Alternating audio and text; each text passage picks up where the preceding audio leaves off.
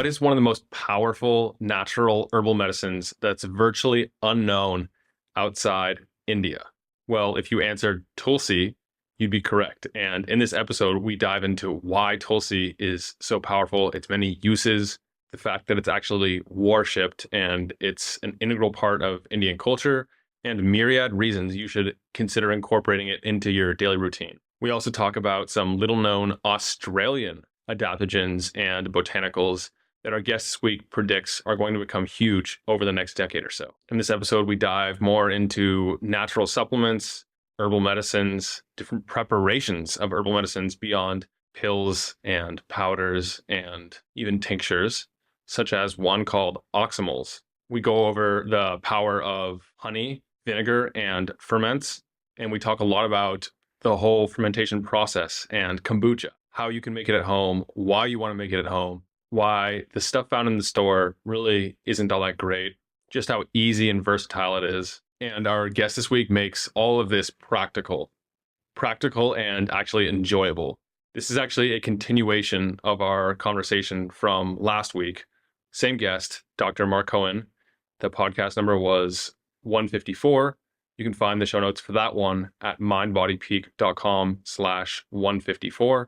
And in case you missed that one, Dr. Marc is a rare breed of a medical doctor, a university professor, an author, a poet, an entrepreneur, and a wellness trailblazer. He's published over 100 peer-reviewed scientific papers. He's written several books on herbal medicine. He spent over 20 years as a university professor, and he has over 30 years practicing and researching integrative medicine. You can find the show notes for everything we discuss in this episode at mindbodypeak.com/155. There you also find links to try Dr. Marc's products for yourself, to check out his wellness poems, and to see some of his recipes. If you like this kind of thing, you should check out the Outlier Longevity Challenge. Instead of getting distracted by fancy molecules, which are basically just the cherry on top of your health optimization protocol, this mini course has all the foundations you need for about 80% of the longevity results. A lot of the experts and influencers make longevity extremely complicated. Some spend as much as $2 million per year on their protocol. Many of the top longevity strategies and biohacks are free or very cheap. Whether your goal is to look better, to feel better, or perform better, there's the same handful of things that you should prioritize to get the best results with the least amount of effort and the least expense. I cover those and more in the 14-day challenge, and I've made it quite affordable because longevity shouldn't cost you your entire salary or retirement. If this sounds interesting to you, check it out. There'll be a link in the description below, and if you use the code LAUNCH, that'll save you 60% for a limited time. All right, ladies and gentlemen, sit back, relax, and enjoy this conversation with Dr. Marc Cohen. Dr. Marc, we were talking last about a week ago, had so much to cover that I had to have you back on the show. Thanks for joining us today. Yeah, great to be with you, Nick. Look forward to another chat. Yeah. Well, today we'll start off with, again, the unusual or non-negotiables you've done for your health, your performance, and your bioharmony. We'll see how it's changed from last week. Well, I'll tell you, I had a great sauna with some friends last night. Drinking my Tulsi Tea. And actually, this is one of the last teacups I got from my textbook that was published 20 years ago. Just have a dozen of these. So I'm drinking my Tulsi Tea. I did a hot and cold shower this morning, as usual. Bathing in beautiful water. Bathe in filtered water, prepare delicious food. I've done that. Make the most of every breath, dance through every mood. Haven't danced today. Maybe there's still time. Tend the soil beneath my feet. Yeah, I've gone out and said hi to my Tulsi plants and say hi to the bees. I go out in the garden and pick some basil and do some things. Tend the soil beneath the feet. Embrace sunshine from above. I've been out got some vitamin D today, been out in the sun. Share my gifts with all the world. I'm doing that right now and fill my life with love. Yeah, I'll do that. So, yeah. And so for anyone tuning in who wasn't here last week, we covered all that previously in the last episode about his daily routines and hot and cold contrast, the essential things you can do to boost your immunity naturally, and a whole lot more. So go back and check that out. And he nicely foreshadowed just now Tulsi, which is one of the many herbs that he's used and researches. And he has a couple books for those tuning in via video. You can see on his bookshelf behind him that he authored. So today we'll be talking about herbs, supplements, a special kind of supplement called Oxymels, I believe, exercise mimetics, some of the future ancestral health practices that he likes and dislikes, honey, fermentation, and a lot more. Love to talk about herbs and Oxymel. Oxymel is a fascinating topic that combine herbs with honey, with fermentation. And that's been a real journey for me. Now I can tell that through the lens of my personal journey, because I wrote this textbook, the Herbs and Supplements, which it's in its 4th edition now. It's been around for 20 years. The first edition was 400 pages, and that was my education about herbal medicine, because I'm a medical doctor. I'm not a naturopath, but I partnered with a pharmacist and a naturopath who was my first PhD student, Leslie Broad, and she said to me, "Do I want to co-author a book with her on herbs and supplements?" I said, "Sure, but you need to do a PhD with me." So I supervised her PhD. She supervised me writing the book with her. And after 4 years, she had her PhD. We'd written the first edition, but then 3-4 years later, they wanted a second edition, which was 800 pages. Then they wanted a third edition, which was 1,200 pages. Now the 4th edition's 1,600 pages in 2 volumes. So I've still got the last teacup of our first edition. But that was my education. And it was only in the 4th edition that I learned about Tulsi. And Tulsi is holy basil. I mean, you're in India right now. It's if you're a Hindu, you generally have a Tulsi plant that you worship as a deity. It's usually in a ceramic pot in the house. And Tulsi is literally worshipped as a deity. And you take a leaf and have it every day. Often you dip it in water, make holy water, and it makes an amazing tea. It's a form of basil, Oxymel Sanctum, holy basil. But in the West, it's not used that much. But whereas in India, it's called the incomparable one, or Mother Nature's gift to humanity. And it's one of the few plants you can eat from every day. I grow Tulsi bushes outside, but you can literally eat a few leaves every day, and the plant will stay healthy and keep growing and producing. The flowers themselves are really pretty. Bees love them. So they've always got bees around them. So it's great for bee forage. But the plants themselves will repel mosquitoes and fighting insects. The smell will just enhance memory and cognition. And if you make tea out of it, and I had a PhD student spent 4 years researching Tulsi, showing that even just a single cup of Tulsi tea, which I've got now, can improve cognitive function and reduce blood pressure and have positive effects on the whole cardiovascular system. So Tulsi is, we call it, I wrote an article about it, a peer-reviewed article that's open source, called Tulsi, a herb for all reasons. And it often gets cited. I get citation alerts with my papers, and that's one that gets cited a lot, because Tulsi, it controls blood sugar. So it has all the benefits of sugar drinks, but it regulates blood sugar rather than giving you sugar spikes. And I've got a whole lot we can talk about sugar spikes later if you want. I've got a whole poem that discusses sugar spikes. It gives you the alertness without the jitteriness of caffeine, and it gives you the relaxation without the depressant effects of alcohol. So if you think about modern beverages are sugar, caffeine, and alcohol. In every restaurant, every aeroplane, every hotel, you can buy sugar, caffeine, and alcohol drinks. But Tulsi has all the benefits of those three without the drawbacks. So it'll enhance liver detoxification instead of hammering your liver like caffeine and alcohol does. It's a better mouthwash than chlorhexidine. So just rinsing with Tulsi tea, so you can leave it cold. I'll make a hot cup of Tulsi tea before I go to bed, have some, and then I'll leave it in the morning and just rinse with it. And you can swallow it. And so it's a better mouthwash than chlorhexidine. You can swallow it, enhances liver detoxification, balances blood sugar. It stimulates the immune system, so immunostimulatory, balances blood pressure, cholesterol. It's just got, it's like the herb that is beyond all other herbs. And if you think about Ayurveda, they have the biggest range of, and even Indian cooking has the biggest range of herbs and spices out of any cuisine, because they have herbs from the rainforest and from the jungle and from the desert and from the mountains. And they call Tulsi the incomparable one. So compared to turmeric and all these other amazing herbs, Tulsi is considered like the ultimate herb in Ayurvedic practice. And something you can have every day, and you can grow it yourself. And often I'll take cuttings and propagate them, and then give them to my friends. It's a gift that keeps on giving because the flowers are beautiful, but then it'll sprout and you can keep growing it. So Tulsi's fantastic like that. So you can give it away and you still get to keep it. And then if your Tulsi plants die, you go to your friends, hey, that cutting I gave you, can I get a cutting back? That's happened to me because it doesn't like frost. So often, sometimes I've gone away overseas over the winter and the frost has killed my Tulsi plants. I've got cuttings back. So Tulsi's an amazing herb. So in my own personal journey, I became really a fan of water. We talked about water last time.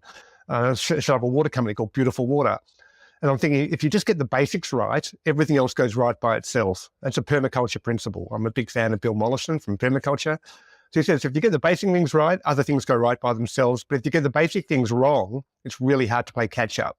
And then after I became an advocate for Tulsi and water, and then I built that by becoming an advocate for fermentation. And it was just before the pandemic, a friend of mine has a big kombucha company. He makes amazing tasting kombucha. And he kept on saying to me, Mark, kombucha fixes everything. It cures everything. I'm saying bullshit. Like, no, nothing fixes everything. Where's the research? And at the time I was a professor doing, complementary medicine research. So I looked up the research and there were 300 studies on kombucha, but there were no studies on humans, like zero. And I thought, that's really strange. When I wrote this textbook, there's some obscure herbs that have half a dozen studies on them, clinical trials. But kombucha, it's a big multi-billion-dollar market segment, had no clinical trials. So I said, hey, I know how to do that. Let's get a grant and let's do some trials. And I know the university contacts. So we got a grant and we, matching dollar from Oz Industry. And we got the University of Sydney to do the first ever human clinical trial where we tested kombucha versus soda water and diet soft drink with a standard meal. And this was a double-blind randomized crossover trial. And we showed that if you have a glass of kombucha compared with has some sugar in it compared to diet soft drink or soda water, which has no sugar in it, with a standard meal, you get a 20% reduction in the blood sugar spike after the meal and a 15% reduction in the insulin spike after the meal. And we published that at the start of last year. I think it was April last year, 2023, we published that. And that was the first ever human clinical trial of kombucha. And about 6 months later, I think it was October last year sometime, the Georgetown University published the second study, and they gave a glass of kombucha every day for a month to diabetic patients. We did our study just with healthy, normal people. But they gave it every day for a month to diabetic patients and showed that a glass of kombucha controls blood sugar in diabetic patients. So that was the second study. They were both small studies, they need to be replicated, but now there are 2 studies on kombucha. And then we did the second research we did was a metagenomics and physicochemical study of kombucha. We got a whole lot of kombuchas off the supermarket shelves, and we used my mate, the Good Brew kombucha, and we looked at the metagenomics. So we looked at all the different bacteria and yeast. There's a genetic profile, and we documented all of that. And then we looked at the physicochemical characteristics of the pH, and we looked at polyphenols. And we were really surprised because what we found out was the kombucha has 2.5 times the polyphenols of green tea. And we start with green tea. And green tea is one of the highest polyphenol foods. I mean, green tea has more polyphenols than apples. And that's why kombucha vinegar is more potent than apple cider vinegar, because kombucha vinegar is made from green tea. And a lot of people make their own kombucha and then they neglect it and they think they've done something wrong because it goes to vinegar. Well, that vinegar is amazing. You can use it as vinegar for salads and even for cleaning. But you can also just add more sweet tea to it and revive it. It'll keep fermenting. So we did this research and we showed that 2.5 times the polyphenols of green tea. And then we showed that a lot of store-bought kombuchas has no living bacteria, or it's got one or two strains. And very often what they do to keep it shelf stable, they pasteurize it, then they add in a lab-grown lactobacillus, and they say 8 billion units at the time of bottling. And that's got a half-life of 3 days. But it's a single strain, and so it's a monoculture. Whereas all we found in the Good Brew with my friend at the time, he's now my business partner, he has 200 microbial strains, really diverse. So it's a whole garden. How do they survive pasteurization? We don't pasteurize. Oh, you don't have to. It's not required by law? Well, so what we have to do, and this was the issue. So we don't pasteurize. So he has 200 strains, but you need cold chain logistics. It has to be refrigerated. And if you don't refrigerate it, it starts to ferment and explode and overfizz. And so having a living cold chain brew, because it's still got some sugar in it, so there's still some fermentable sugars. And I said to Dino, my friend, I want to go into business with you. I've got all this herbal knowledge. I wrote this textbook. Let's start a business, but I want to have something that's shelf stable. Because I've worked in the wellness world, hotels and resorts around the world. I want something that can be shelf stable and potent, still probiotic, and full of all the herbs, using all my herbal knowledge. And we realized, okay, if we make the kombucha and we let it ferment it for 6 months, and it goes all the way to vinegar, we end up with a shelf stable vinegar that we can then infuse herbs into. And so we get this amazing, potent, probiotic, high polyphenol vinegar. And then we infuse it, and because I love Chinese, I did a PhD in Chinese medicine. I like the 5 elements. And you want to diverse lots of plants, so we use leaves, roots, flowers, fruits, and fungi. And that ensures you've got all the different plant parts. You've got that, and we're doing this more. We were doing it for therapeutics, but we're not a therapeutic. We're a food. So we don't put a dose in that's going to give you a particular effect. We put enough of each herb in that it's going to change the flavour. But all those flavour are created by the polyphenols.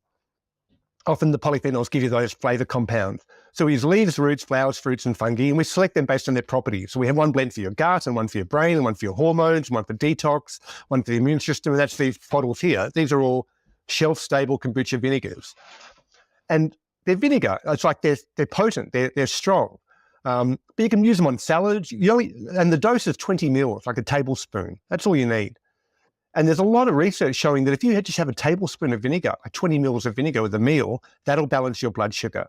Dr. Mark, that's what I was thinking. When you were describing earlier the study of kombucha, you covered a couple of my thoughts. First, that a lot of them only use a single strain. And I think the benefit comes from the synergy of a bunch of different strains, as in the case of your friend, 200 strains in one drink. And it's not one that's mega dosed at 2 billion or 10 billion. It's a diversity, and they keep each other in check, and they add like a synergy you can't get otherwise. So that's one aspect. I'm wondering about the utility of like the kombucha I find in the store. I've also fermented my own kombucha previously. I was wondering with the composition of my kombucha. I was like, okay, I've been doing this for 6 months. Is it still going to be a beneficial composition, or is it going to break down? I think the starter culture matters a lot. Yeah, yes, it does matter on the starter culture. And you can tell if you buy a store-bought kombucha, if it's alive, by putting some in a glass, leaving it in a warm spot for a week.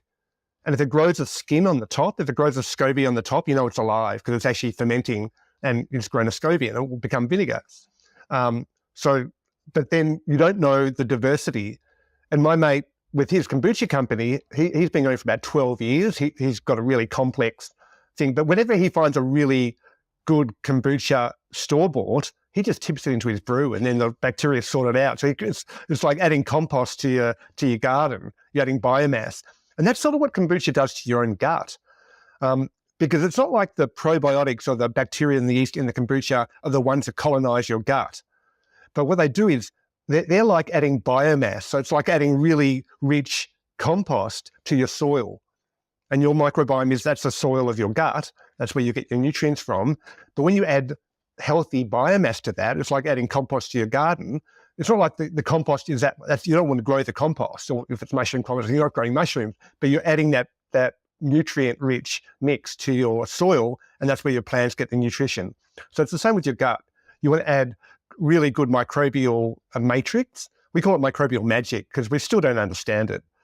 So microbial magic is our trademark term because it's so complex. But that's what you want. You want a diversity of bacteria. And even when you're doing microbiome analysis, it's not about individual bacteria. It's about the diversity. And you don't want any one to dominate. So like in your garden, you don't want one weed to dominate. You want a whole diversity of plants.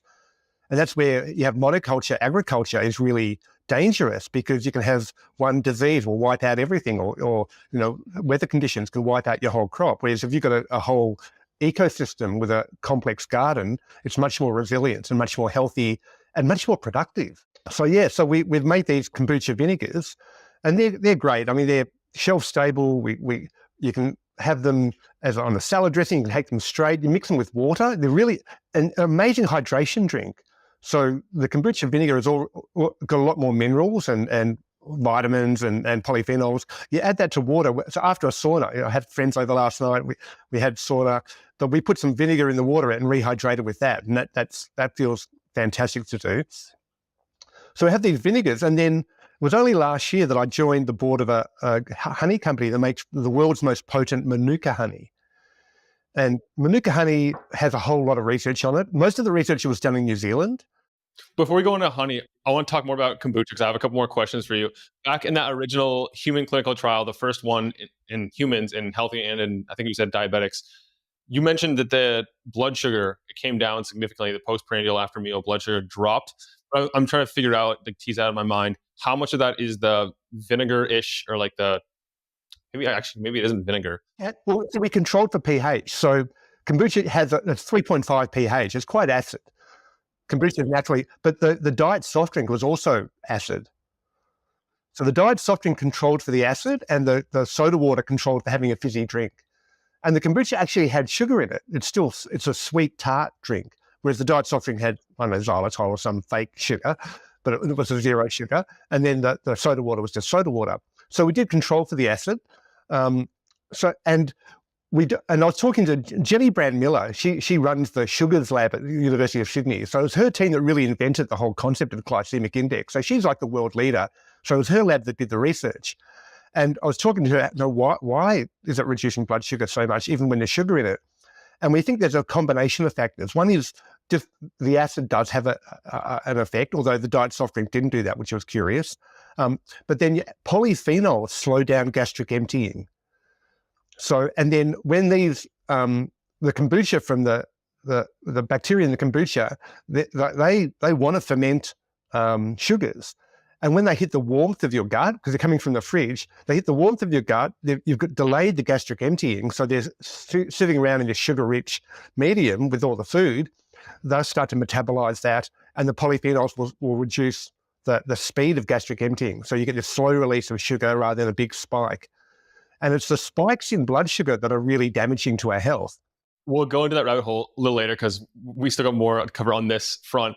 But I'd be really curious to see how those kombuchas would stack up against the classic pre-meal, like, glucose disposal agent, like apple cider vinegar. Well, apple cider vinegar is similar to kombucha vinegar. I would argue that kombucha vinegar is better because it's got more polyphenols. That's just because green tea has more polyphenols than apples. The only thing is, and I've just been in America. About polyphenols too. Yeah, because I was just in America, Expo West, which is like the biggest natural food expo in the world, and visiting all the different stores over in the States. And apple cider vinegar is everywhere. No one's ever heard of kombucha vinegar. The only people who know about kombucha vinegar are people who've made their own kombucha and it's gone to vinegar and they've thrown it out. But you can actually revive. I've seen kombucha that's been in someone's garage for 3 years in a solid container, and then they've taken it out, added sweet tea to it, and it's continued to ferment. Bacteria and yeast are super hardy, these microorganisms. When there's no food, they just they sporulate and they become dormant. And then when there's food, they wake up. That's a question I'm sure we're going to get, Dr. Marc. It's if you have, say, SIBO, or if your kombucha sits for months, is it safe? Are you going to be growing other things in that kombucha that you really don't want to consume, like mycotoxins? So the way to keep kombucha safe is to make sure it's below 4.5 on the pH scale. Once it's acidic, once it's below 4.5, that's the magic number, pathogens won't grow. So keeping an acidic brew, so it's much safer and easier to make kombucha than it is to make beer, for example. Because beer, you have to sterilize everything. And the danger with kombucha is if you add too much sweet tea to your mix and you dilute it too much, then the pH can rise and you can get mold or other pathogens. But as long as you keep it acidic, and usually the rule of thumb is if you add 5 times as much sweet tea as you've got the vinegar, the starter culture, that should be fine. Anything more than 5 times, you risk diluting it too much. And then you need to taste it, or you can use pH strips and make sure it's below 4.5. But once it's below 4.5, you're safe. And that's, food standards look at that, as long as you've got things that, because vinegar is a preservative. I mean, and vinegar is one of the most potent preservatives. It's also, vinegar itself is a medicine. So Hippocrates and all the ancient physicians all use vinegars and ferments as medicine, and they're probiotic. So you've got these living organisms in it, and most people in the Western world, even in the developing world, don't eat enough living foods. If you think about before refrigeration, our ancestors would have had living foods with every meal. And most cuisines have some kimchi or sauerkraut or kombucha or something alive with your meal, yogurt. But now we have antibiotics, we have chlorine in our water, we have dead ferments, sugar, or tea, coffee, bread, cheese, wine, beer. They're all fermented, but they're dead ferments. So having something living is really, really powerful. And the best thing to do is actually grow it yourself, because then you actually inoculate your kitchen. So making your own sauerkraut, making your own kimchi, making your own kombucha inoculates your kitchen with good bacteria. With just like I think last time we talked about our skin. When you've got good bacteria, that protects you from bad bacteria. So making your own stuff is really good, but then having every day, every meal, something that's alive. So the vinegars that we make, it's something really easy. Just splash it on and have a sip or put it in your water make it easy to have something alive with every meal. And I really highly recommend people to play with your own. You can't get kombucha wrong unless you over dilute it. The worst thing that's going to happen is it's going to go too vinegary, and that's if it's really warm or you leave it too long before you refrigerate it. And then you just add some more sweet tea and dilute it a bit more if it's too vinegary. In fact, our vinegars are literally a starter culture. So our vinegar, because they're living products, if you add sweet tea to them, they'll start to ferment and you can make kombucha from them. Wow. You won't get all the herbs, the leaves, roots, flowers, fruits, and fungi won't be there, but you'll have a kombucha base just from our vinegar. And you can share. I mean, anyone who makes kombucha has too much scoby. So you just ask for some scoby for a friend. And the scoby isn't just people think the scoby is the rubbery, the tea fungus, they call it the pellicule, the cellulose mat on the top. But the scoby is literally the symbiotic colony of bacteria and yeast. It's the whole liquid is scoby. And that tea fungus, the cellulose layer on the top, it's an amazing wound dressing. So when it grows, you can grow it really thin, or you can pull sheets off. You can put that directly over a wound. You can cut it. You need really tough scissors to cut it. It's really tough. But you can cut it to the shape, put it over a wound, and it'll form like a second skin over your skin, and it becomes like an incredible wound dressing. And the best thing to do is put a little dab of Manuka honey under it, put the scoby on top, and you've got this wound dressing that's better than the best off-site or the high-tech dressings, but it costs you almost nothing and you grow it yourself, literally. The bacteria makes the cellulose to starve the yeast of oxygen. So the yeast takes sugar and makes alcohol, and the bacteria are like alcoholics. So they want to farm the yeast, make the alcohol, and they take the alcohol and make organic acids. And with kombucha brewing, mostly they talk about acetic acid. And acetic acid is that really sharp vinegar taste. It's like on your salt and vinegar chips. But there's all these other organic acids. There's malic acid, there's gluconic acid, there's glucuronic acid. And gluconic acid and glucuronic acid have a sweet, tart flavor to them. So it's not as sharp. And that's the holy grail for, I think, for Shiraz wine, but also for kombucha, is having high gluconic acid. And that gluconic acid is made by gluconobacter. So there's acetobacter, which makes acetic acid, and there's gluconobacter, which makes gluconic and glucuronic acid. And in our kombucha, we have a very high gluconic acid level. So it means the kombucha it's sort of a tart sweetness. It's not so sharp and bitey. And that depends on the culture that you're starting with. So yeah, the bacteria make the acids, and then they also make the cellulose at the top, which is that mass, because the yeast is an anaerobic process, which is a bacteria is an aerobic process.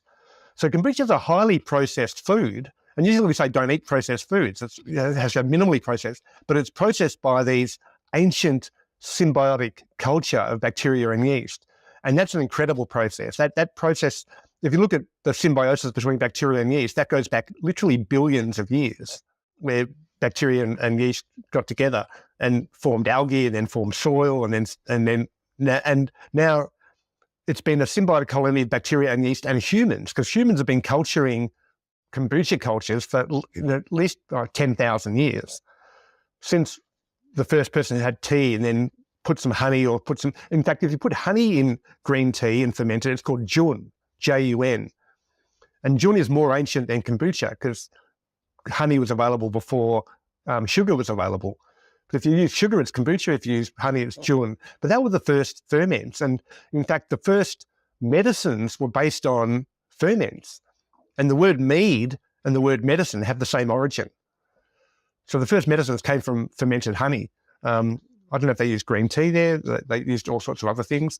But yeah, you can make, there's lots of other high polyphenol vinegars. I mean, pomegranate vinegar is really nice, date vinegar. That kombucha vinegar is probably one of the highest polyphenols you can get out of vinegar. And green tea itself has all this huge research. A chapter on green tea is like at least 10,000 words in that chapter, in that book. And green tea, for anti-aging and for cardiovascular, you name it, green tea is amazing. But then when you ferment it, you actually bioactivate a lot of the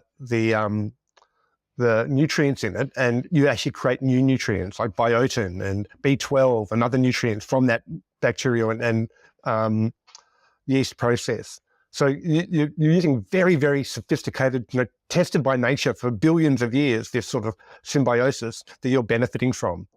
Is pu'er tea a fermented tea? Pu'er tea is fermented, slightly different because it's not a active, like it doesn't carbonate, and that it's more of a age. I mean, the pu'er tea, you put it in a cave and put it there for 50 years and you charge $50,000 per kilo or something. But pu'er tea is an aged green tea, and it has incredible flavor profiles. And whether it's kombucha or pu'er tea, I mean, honeys as well, we'll get there. But the polyphenols that give you the flavor profiles. And often it's the polyphenols in plants that protect the plants from physical and microbial threats.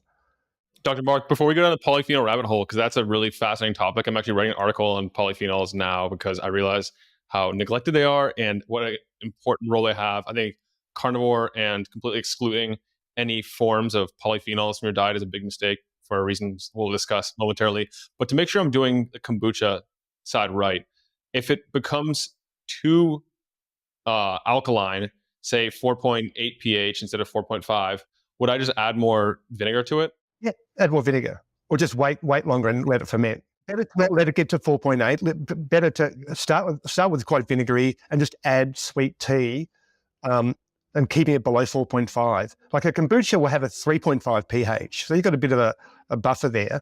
But if it gets over 4.5, then there's a possibility of mold or other bacteria growing. I don't know if you've come across Dr. William Davis and his book Super Gut, but he basically gives DIY recipes for fermenting your own yogurt. You basically choose a couple different probiotic strains. You do it for 36 hours versus the commercial store yogurt, which is like 4 hours. And you get an explosion of the concentration of the colony-forming units, the CFUs. And the part that interests me is that it's whichever strains you like. There's certain ones that he recommends, and they all have like slightly different growing habits and everything. But I'm curious if you can do that with kombucha. You can choose like, here's the culture I want to add, like this strain and this strain. We haven't, I mean, I know Dino, if he gets a really good kombucha, he'll chuck in his batch, but he's got tanks of 100,000 litres, like massive. And you can buy gluconobacter. I think some wineries buy it for fermenting grapes to make really good Shiraz, with the glucuronic acid and gluconic acid. But in terms of the culture, I mean, depends on, we probably could buy gluconobacter and add it to your kombucha strain. It's probably better just to get a really delicious kombucha that you like, and then growing that up. And then you, like Dino has done, like you add other strains in it, and it's sort of adding stuff to your garden. The ecosystem will work itself out. You don't want one dominant strain. You want a whole culture, a whole ecosystem. So, and the more diverse, the better. Yeah, I was curious if you can just do that. Like you can have your base, your culture, and then you can add in other things that you like. Like you come across research on particular strains and you add those in somehow. With kombucha, you usually have your primary ferment when you're fermenting the tea. So it's just tea and sugar. And it's always good to start with the same sort of tea, because the bacteria and yeast, they'll get adapted to whatever you're feeding them. So if you're using a particular black tea or green tea, we use mostly green tea with a little bit of oolong tea, stick to the same tea. But then you do a secondary ferment. So once you've made your kombucha with the tea, you have a secondary ferment, and that's when you can add fruits or flavors, or we add different herbs, so you can have all the different amazing flavored kombuchas.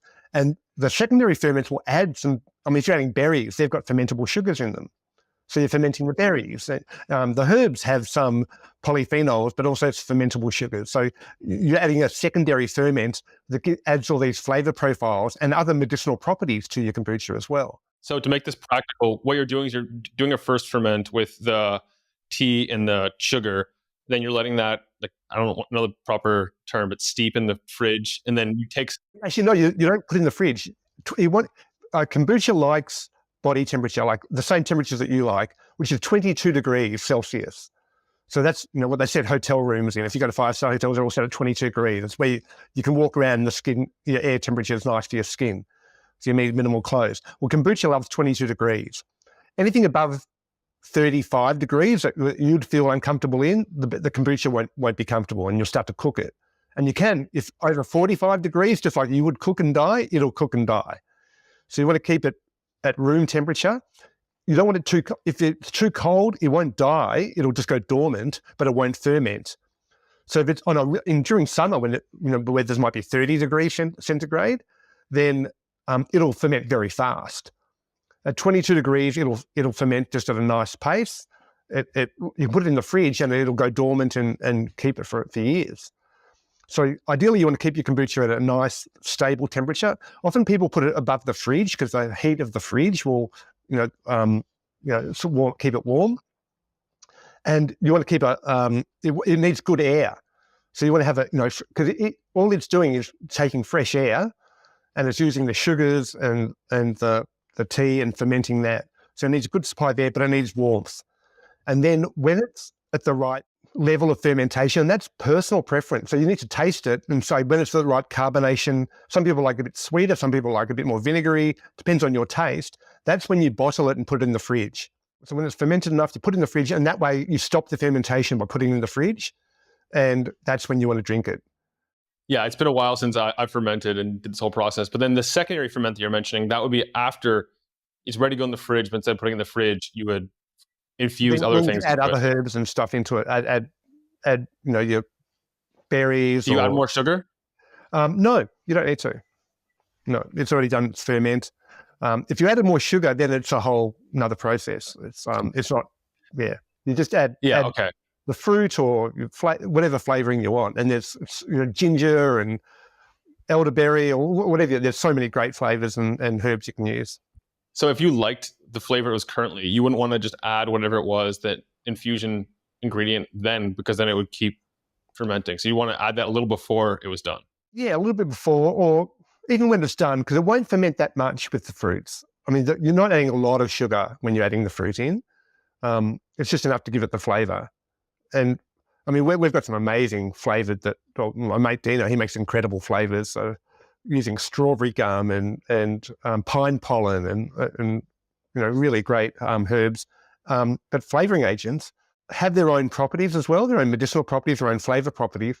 They don't have a lot of sugar. So the fermentation won't continue very long. But when we make our vinegars, we use a base vinegar, and then we use dry herb. And we have like these big muslin tea bags, and we just soak the dry herb in the vinegar for a month. We do it for a whole moon cycle.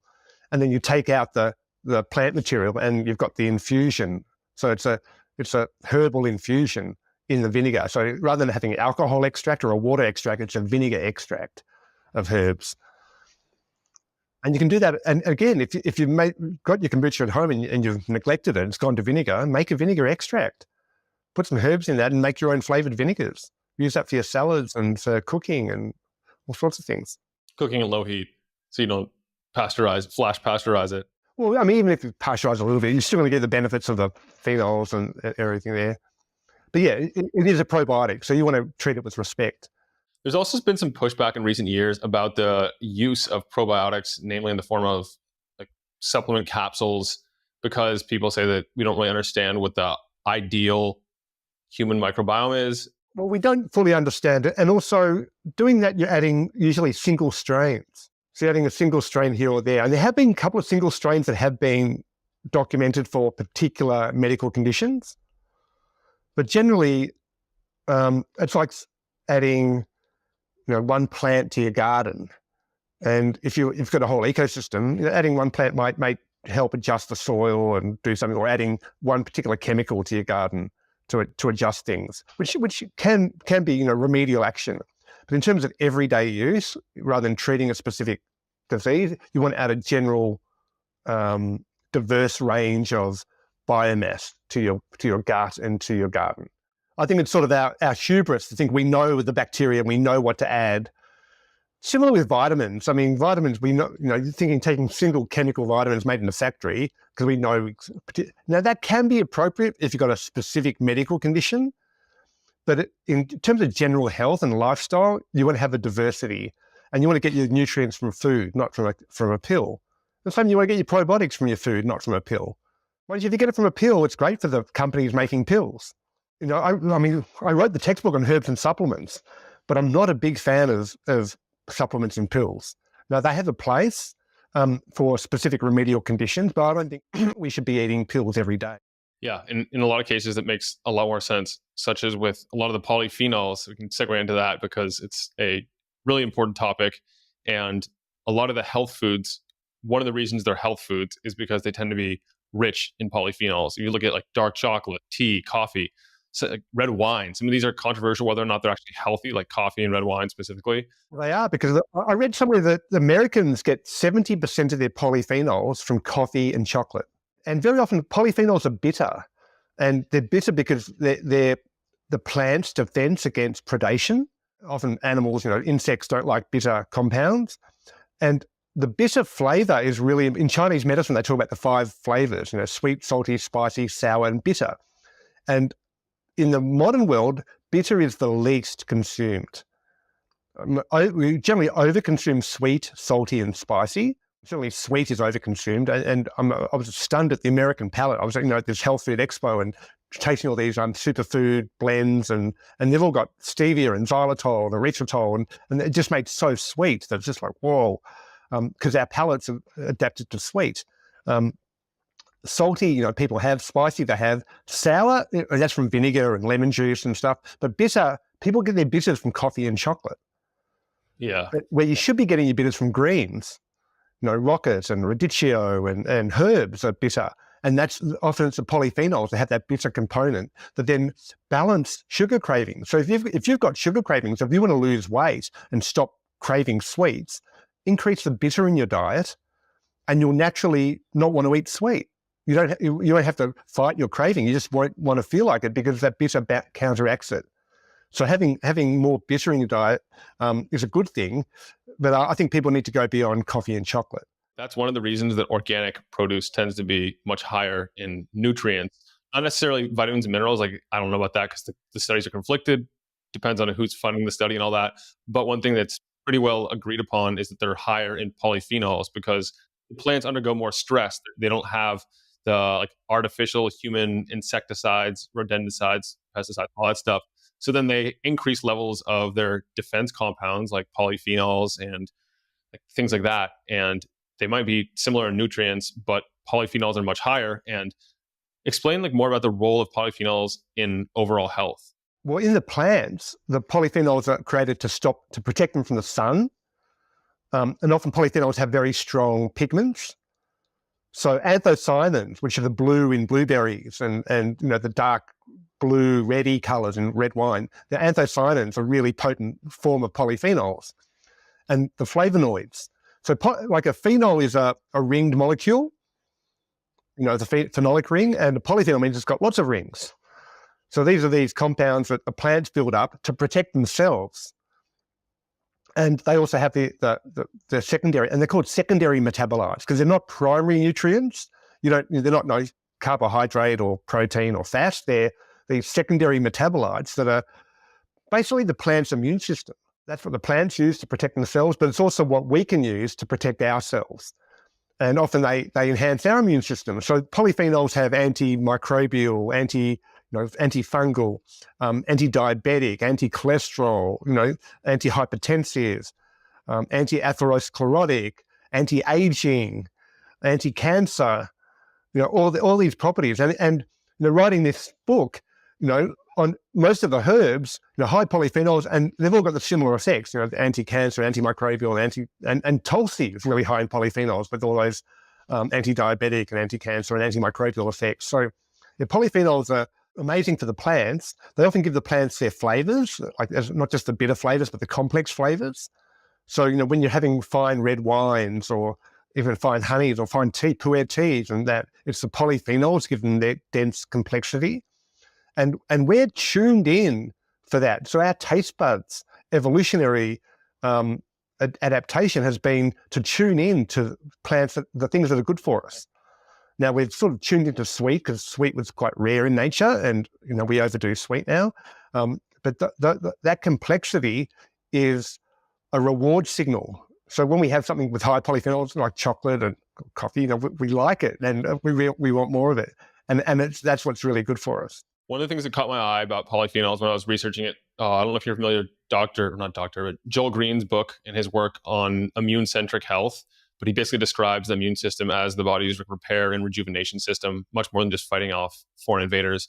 And he talks about, obviously a lot of it starts in the gut, and one of the most powerful molecules to improve gut health and seal the gut barrier and increase intestinal permeability or reduce intestinal permeability, all that stuff, is butyrate. And the best way to produce butyrate is to consume fiber and to get enough polyphenols, and you get the right bacteria to thrive in your gut, and you're protecting yourself. You're flipping your inflammatory or your macrophages. That's exactly right. Butyrate and those chemicals that you're providing isn't necessarily for your gut lining. It's for the bacteria that's in your gut that then create that defense.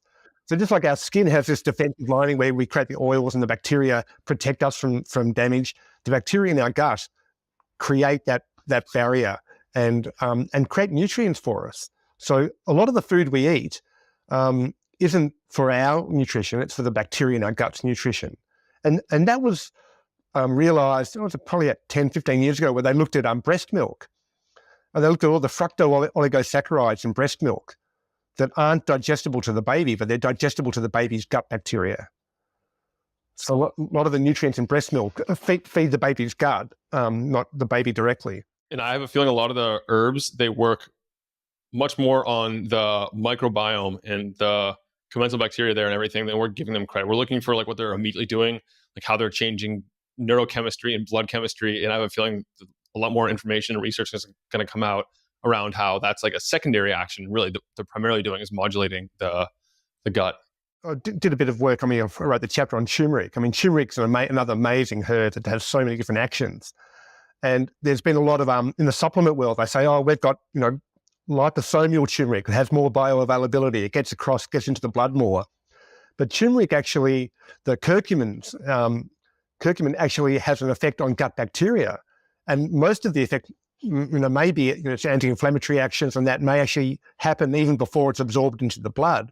So it's not necessarily the blood marker of how much bioavailable, curcumin's in your blood.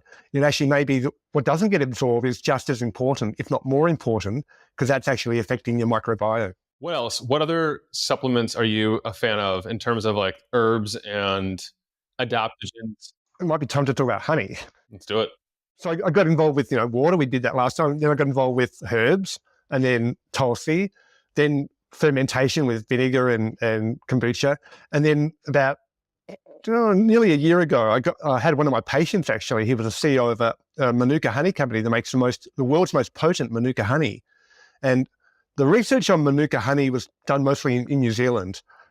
Peter Nolan, he's a professor there. And he worked out that all honey is antimicrobial.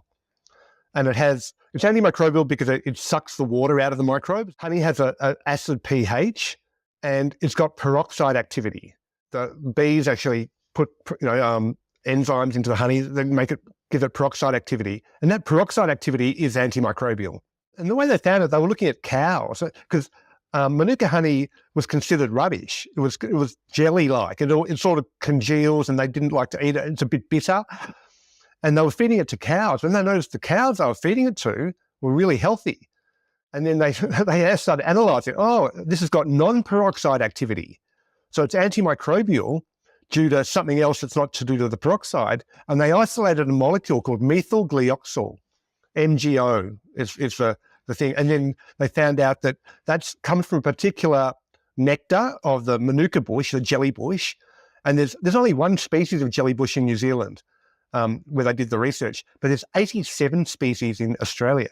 So one of those species left Australia and went to New Zealand, but we have 87 species here. Out of the 87, there's only 15 of those species have DHA in the nectar. It's dihydroxyacetone in the nectar that gets converted into methylglyoxal into the honey. So Australian Manuka honey is actually more potent than New Zealand Manuka honey, although they're both really good. So it's the MGO, the methylglyoxal, which is this antimicrobial molecule.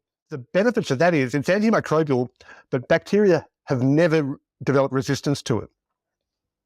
So it kills Staph aureus, even methicillin resistant, MRSA, methicillin resistant Staph aureus. It kills Pseudomonas. It kills all these pathogens, but it's selective. It doesn't kill a lot of commensals, but it will kill pathogens and they'll never get antibiotic resistance to it. So honey is one of the most potent antimicrobial agents topically, and that's for wounds. It also kills Helicobacter. So there's a systematic review on using Manuka honey for gut ulcers, stomach ulcers, for killing Helicobacter. So that a lot of research was done on Manuka honey, and they showed that it has a lot of incredible medicinal properties. Again, high polyphenols. So Manuka honey, high MGO honey, has one of the highest polyphenols out of all the honeys. So it's not just the MGO, it's the polyphenols coming back to that. And we're getting into the things like red wine and honey and tea, green tea, like pu'er tea. These are all super high polyphenol products that have had an extra fermentation that's happened to them, or extra process that's happened to them. So Manuka honey is just really high value, highly medicinal substance itself. Honey is also a natural preservative, just like vinegar is a natural preservative. And it was sort of really bizarre to me because I read a textbook on herbs. I created a vinegar company. I joined the board of a honey company. And it was only then that I actually started researching and learned about Oxymols. Oxymel means acid honey. And it's an ancient form of medicine that was used by Hippocrates. And most people know that Hippocrates said, let food be thy medicine and medicine be thy food. But what he was talking about was honey and vinegar. And he prescribed Oxymols, and you mix honey with vinegar and you get this incredible syrup that's delicious. You've got sour and sweet. And because honey by itself it's a bit overly sweet, and vinegar by itself is a bit overly sour. You mix them together and then you add some polyphenols in. You add some herbs with polyphenols. And if you're using Manuka honey already has one of the most highest polyphenols out of any honey.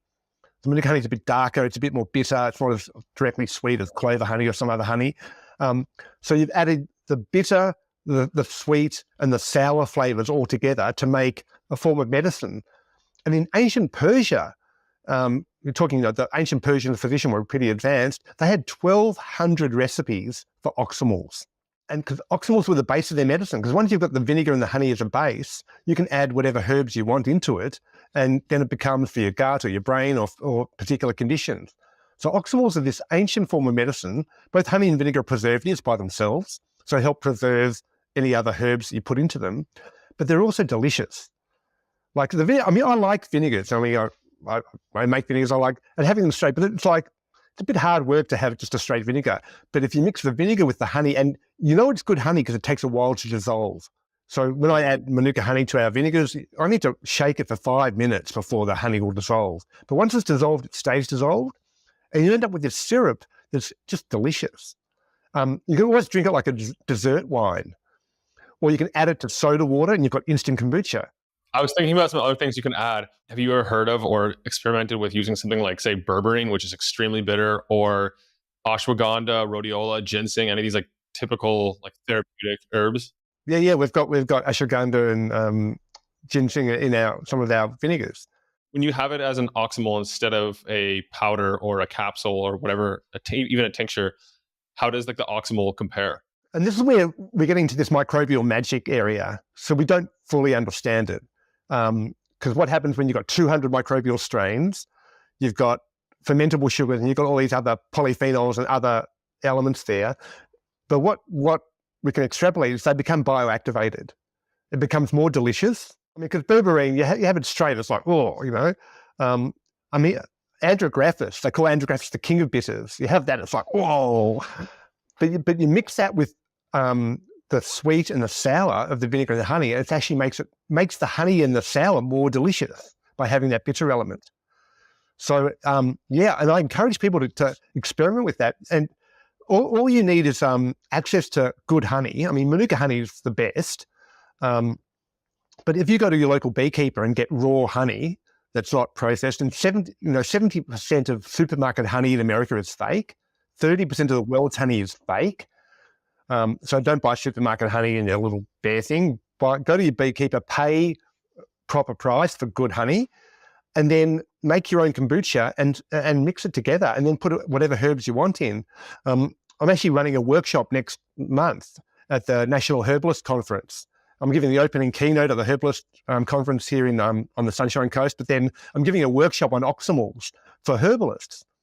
Because what they can do, they can get the base Oxymel, and then they can add any tincture, herbal tincture into that and make it delicious. Because a lot of herbal tinctures are pretty hard going. Some Chinese medicines are pretty full on to drink, but you put them on Oxymel base and suddenly they're delicious. And they're potent, and you can feel the potency when you have it.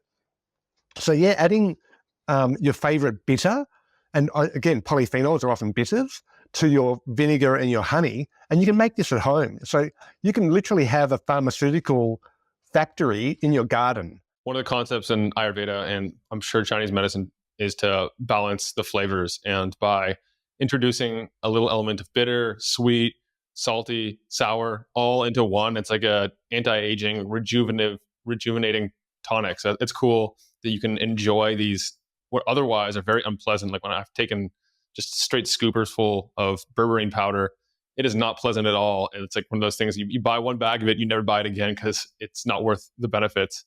Mix it with honey and vinegar, and then try it and play with it. So you want to balance the sweet, the bitter, and the sour, and then a bit of salty. There's some herbs that are salty, or you just add a pinch of salt, and then the spicy, the pungent. So garlic or horseradish, or there's lots of pungent chili, capsaicin.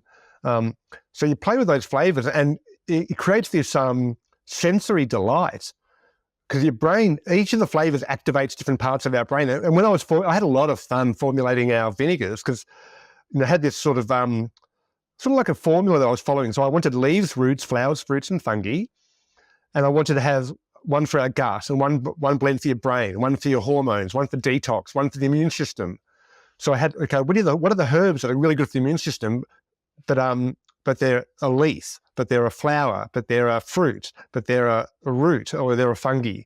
So there was a formula to selecting that, and a lot of them have so Tulsi is in quite a few of our formulas, and ginger's in quite a few of our formulas, because they've got they're adaptogens. But there's all the nootropics and other herbs that you can play with that often have these high polyphenols, they have the bitterness. So you want to balance the flavors. And you're having, I don't know anyone gets really joy out of swallowing tablets. And a lot of these superfood powders, they're not super fun to have. I believe health should be really fun. And, I really believe that, wellness can just be just as contagious as illness. And that, wellness, you could actually infect the world with good health by spreading this. So we literally sell a wellness culture. Our vinegars are a culture that literally infect you with good health. They infect your body, and then they infect your life because you're having it regularly. And then you can grow it, your own kombucha, and give that away. Just like I give Tulsi plants away, I give kombucha scoby away. And that keeps on growing and multiplying and has this ripple effect. And just like giving my poetry away and giving ideas away, there are things that you can give away that you still get to keep them. Hasn't depleted you at all by giving it away, but then you've actually enhanced other people's lives, and that comes back and enhances your own life. And these are the practices, I think, that are under marketed because they're sort of counter capitalism, because it's based on giving stuff away. Kombucha is a big industry. They don't want you to make your own kombucha and make your own medicine at home. That's not good for the economy. It might be good for your health, but it's not good for big business. So there's not big marketing campaigns to teach you how to do this. Well, I'm excited to try some of your concoctions to get an inspiration, a literal taste of what's potential out there, what I can get if I practice this and experiment a bit. If people want to connect with you, to follow your work, to pick up some of your Oxymels and your ferments, how do they go about that? I got a website, Dr. Marc, drmarc.co. So that's all my stuff, some of my water filters, my vinegars, and my children's books, and the honey's all there. Our vinegar company is called Extremely Alive because our products are extremely alive. They're 200 microbial strains. So extremelyalive.com.au, and you can order. We ship that around the world. The honey I work with is called gatherby.com, or gatherbymanuka.com. And that we have 200, I think we're up to 2,300 plus MGO honey. Yeah, and I'll put all this in the show notes because you have quite a few great resources, your papers, and I've read some of your poems, really enjoy them. What are the 3 teachers that have had the biggest impact on your life and work? Good question. I think my biology teacher at Melbourne High School, Mr. Hobson, he really, and him and David Attenborough, because I was studying sort of year 12 biology when the Life on Earth series came out in 1981. So that had a huge impact on me with biology. Then Peter Russell. So Peter Russell wrote a book called The Awakening Earth, The Global Brain. And I read that literally 40 years ago when I was 20, came out in 1984. And he talked about, this was before the internet, he talked about how the whole planet is emerging into a conscious organism. And just like our brain has a right and left hemisphere, that so the Eastern world is like the right hemisphere and the Western world is like the left hemisphere. So that's already a consciousness, but then we're having AI and technology will be the rational side, and humanity will be the sort of right hemisphere. So that had a huge impact on me about the global transformation. And I had my 60th birthday a couple of weeks ago. I was in America, and my friend who hosted me for my birthday, he's friends with Peter Russell. So I actually got to meet Peter Russell. He came to my birthday a few weeks ago. So that was a real thrill after 40 years of reading his book and talking about his work and lecturing on his work. We got to hang out, and then I went out, spent a bit of time with him, had dinner and stuff. So Peter Russell, I think I had to give him credit. I mean, I've had amazing, I did 2 PhDs. I had amazing PhD supervisors. So Branko Chesnik, he was the head of medical informatics at Monash University, and he was one of my mentors. So I learned a lot from him, and not just about medical informatics and information theory, but also about life and living a good life. And he lived hard, and unfortunately died young of brain cancer. But he had a huge impact on me. But I've had some amazing, Anton Jayasuriya, who taught me acupuncture in the 80s. Irina Kosick, who was my PhD supervisor in electrical engineering. Yeah, you have a great list. All right, let's do a quick rapid fire round and then we'll call it a day. The most overrated and underrated herbs or supplements are? Okay, the most overrated herb, I don't know if you call it sugar or herb. If it's not sugar, then it's coffee. Is overrated, so they're overconsumed. The most underrated herb, I have to say Tulsi. It's still not, in India it's respected, but around the rest of the world it's not. So yeah, Tulsi would be the underrated one. What are 2 more underrated ones that people can look into that we haven't discussed? Green tea is amazing, but it's got a pretty good publicity. Green tea's out there. It's I wouldn't say it's underrated. And then you get into these herbs which are sort of local. So I mean, Kakadu plum. I mean, people don't realize it's the highest vitamin C herb on the planet. They used to think it was amla, which is an Indian herb, but it's actually Kakadu plum. Gumby, which is this incredible indigenous Australian herb with anti-cancer properties. Strawberry gum, it tastes amazing. It's like gum tree leaves that taste like strawberry, with heaps of different polyphenols in it. So there's some really obscure herbs that no one knows about, and quite a few indigenous Australian herbs are really, really amazing, and just no one knows about them. And yeah, if you think about South American herb, people know maca and acai, and the Western herbs, and even the Eastern herbs are pretty well known. But Australian indigenous herbs, I'm predicting the next couple of decades, they're going to start to become more globally renowned. All right, what would you say are the most overrated and underrated biohacks? The underrated biohacks are I think a lot of the no-tech biohacks. I mean, Oxymels is a biohack. Hot and cold showers is a biohack. Just getting sunlight first thing in the morning, going out and getting some sunlight on you is a really underrated biohack.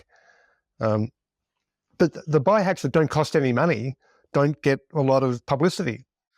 All right, Mark, What is one thing that your tribe does not know about you? Most people don't know that I was sort of notorious that 30 years ago, there was the holistic health conferences and I used to spin fire. So I used to do fire twirling, and now my kids do it.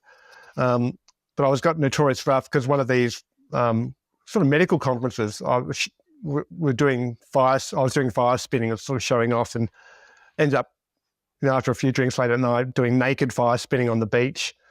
It sort of became a bit of a urban legend of this professor who was doing naked fire spinning on the beach. Wow. So that was, not many people know about that, I guess. But there are people who were there 30 years ago at this conference that still talk about it. Yeah. Quite the legend. Marc, how would you like to close this one out? Any takeaways, any final messages you want to leave listeners who have made it this far with? I mean, we could do the essential sugar hacks poem, but that needs to be sort of unpacked a little bit, because the poem is like a summary of the information. We haven't discussed all that information, but I can share that poem with you if you want, but then people have to unpack it themselves. So eat food in the right order, fiber, fat, and protein first. Add a dash of vinegar. Let filtered water quench your thirst. There's no need for counting calories. Just leave the sweets till last. Move your body after meals and avoid those naked carbs. That's carbs without fat or protein. Only eat when hungry. Extend your fast at night. Eat with grace and colour and enjoy the feast in the first bite. And try eating with the seasons. Enjoy different cuisines. Eat all the different parts of plants, fungi, roots, flowers, fruits, and greens. And enjoy food of many flavours, bitter, salty, spicy, sour, and sweet. And eat living ferments with each meal and give your gut biome a treat. And don't be rigid with your choices. And when push becomes a shove, do what feels right in the moment and eat the foods you love. Hear, hear. What a great way to end. And we can put any information people need about that in the show notes for this episode, because we've already gone. That poem, yeah. It's under biohacks, yeah. I'll link to that then so people can check it out to understand why each one of those makes sense. But Marc, that's a great way to wrap this one up. Thank you so much for joining me yet again on the podcast. I can't believe, again, we had such a long list of things to cover and we barely scratched the surface, but you're a wealth of knowledge and all this stuff. I don't go so deep because we stayed on the bridge for a while. We unpacked quite a bit of that. So often in podcasts, I don't get to talk as deep as we just did because there is so much to cover, and we did cover a lot, and we could have gone deeper. But yeah, well done. I really appreciate the opportunity, and then love that you're putting this out to your audience, and hopefully they'll get benefit from it. Yeah, they surely will. Well, Dr. Marc Cohen, thank you for joining me on the podcast yet again. Thanks, Nick. I hope that this has been helpful for you. If you enjoyed it, subscribe and hit the thumbs up. I love knowing who's in the 1% committed to reaching their full potential. Comment 1% below so that I know who you are. For all the resources and links, meet me on my website at mindbodypeak.com. I appreciate you and look forward to connecting with you. As a reminder, the information depicted in this video is for information purposes only. Please consult your primary healthcare professional before making any lifestyle changes.